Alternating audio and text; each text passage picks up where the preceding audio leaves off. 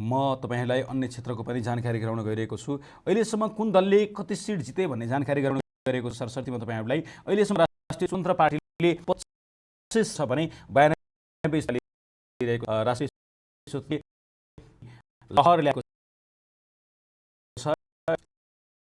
जितेका छन् टिम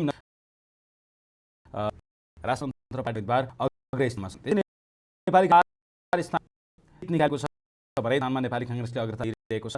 त्यसका नेपाली कम्युनिस्ट पार्टी ठाउँमा सम्भवतः यो नेपाली कम्युनिस्ट पार्टी 2 ठाउँमा निकालेको छ भने 10 ठाउँमा अग्रता लिइरहेको छ। नेकपा एमाले उम्मेदवारले 1 ठाउँमा जितेका छन् भने 10 ठाउँमा नेकपा एमाले अग्रता लिइरहेको छ र म्याग्दीबाट स्वतन्त्र महावीर पुनले हासिल गरिसकेका छन् र यो निर्वाचनमा एकजना स्वतन्त्र उम्मेदवार निर्वाचित भएका छन्। उनी हुन् म्याग्दीबाट निर्वाचित महावीर पुन। उनले जित निकालिसकेका छन्।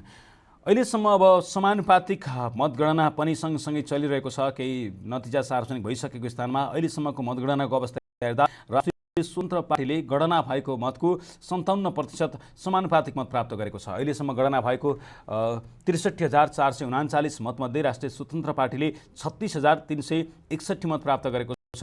यो भनेको 57% हो। यस्तै नेपाली कांग्रेसले 10,679 मत प्राप्त गरेको छ। यो भनेको समानुपातिकमा मत 16% हो। यस्तै नेकपा एमाले 5,425 मत प्राप्त गरेको छ। यो भनेको 8% हुन आउँछ। यस्तै राष्ट्रिय प्रजातन्त्र पार्टीले 7% अर्थात् 4,626 मत प्राप्त गरेको छ भने नेपाली कम्युनिस्ट पार्टीले 2003 मत प्राप्त गरेको छ। यो भनेको 3% हो। त्यस्तै श्रम संस्कृति पार्टीले 1,452 मत प्राप्त गरेको छ। यो भनेको 2% हो।